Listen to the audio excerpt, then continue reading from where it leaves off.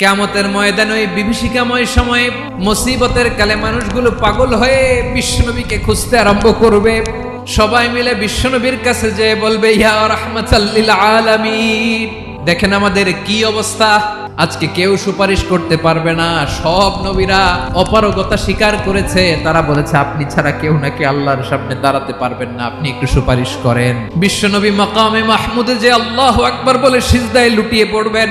আল্লাহ রাব্বুল আলামিন বিশ্বনবীকে এমন কিছু চমৎকার শব্দ শিখাবেন, ওই শব্দগুলো দিয়ে আল্লাহর প্রশংসা করে বিশ্বনবী কাঁদতে আরম্ভ করবেন। রব্বুল আলামিন এই দৃশ্য থেকে সহ্য করতে পারবেন না। রব্বুল আলামিন বলবেন, ইয়া মুহাম্মদ ইরফা রাসা, ও নবী আপনি মাথা তোলেন, যা চাবেন তাই দেব। ওয়াশফা তুশাফা, যার জন্য সুপারিশ করবেন তার সুপারিশ কবুল করে নেব। প্রতিটি নবী বলবেন, নফসি নফসি, আল্লাহ তুমি আমারে বাঁচাও, আমারে বাঁচাও। বিশ্বনবী মাথা তুলবেন, তুলে বলবেন, রব্বি হাবলি উম্মতি, আল্লাহ তুমি আমার গুনাহগার উম্মত